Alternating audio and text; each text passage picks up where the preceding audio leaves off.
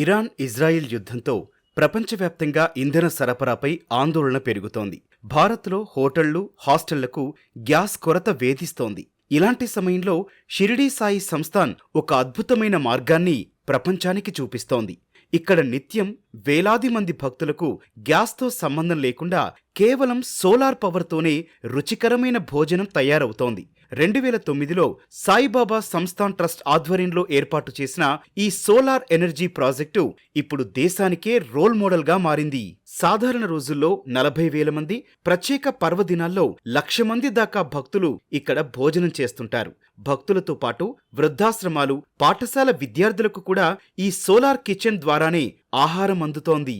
ఈ అన్నదాన సత్రం పైకప్పు మీద 73 భారీ సోలార్ డిష్లు కనిపిస్తాయి. ఇవి సూర్యరశ్మిని గ్రహించి నీటిని ఆవిరిగా మారుస్తాయి. ప్రతిరోజు దాదాపు 2,800 కిలోల ఆవిరి ఉత్పత్తవుతుంది. ఈ వేడి ఆవిరితోనే భారీ కుక్కర్లలో 100 క్వింటాళ్ల అన్నం, పప్పు, కూరగాయలు నిమిషాల వ్యవధిలో ఉడికిపోతాయి. 100 కిలోల అన్నం తయారవ్వడానికి కేవలం 10 నిమిషాలు సరిపోతుంది. వంట చెయ్యడమే కాకుండా చపాతీల తయారీ, కూరగాయలు కడగడం, భారీ పాత్రల శుభ్రత, ఇలా వంటశాలలోని ప్రతి పనికి ఈ సౌరశక్తినే వాడుతున్నారు. ఈ సోలార్ సిస్టమ్ వల్ల సాయి సంస్థాన్ ట్రస్టుకు ఏటా కోట్ల రూపాయల ఇంధన ఖర్చు మిగులుతోంది. రోజు సుమారు 200 కిలోల ఎల్పీజీ ఆదా అవుతోంది. కేవలం వంటకే కాదు, భక్తులు బస చేసే ఆశ్రమాల్లో వేడి నీళ్ల కోసం కూడా సోలార్ ఎనర్జీనే వినియోగిస్తున్నారు.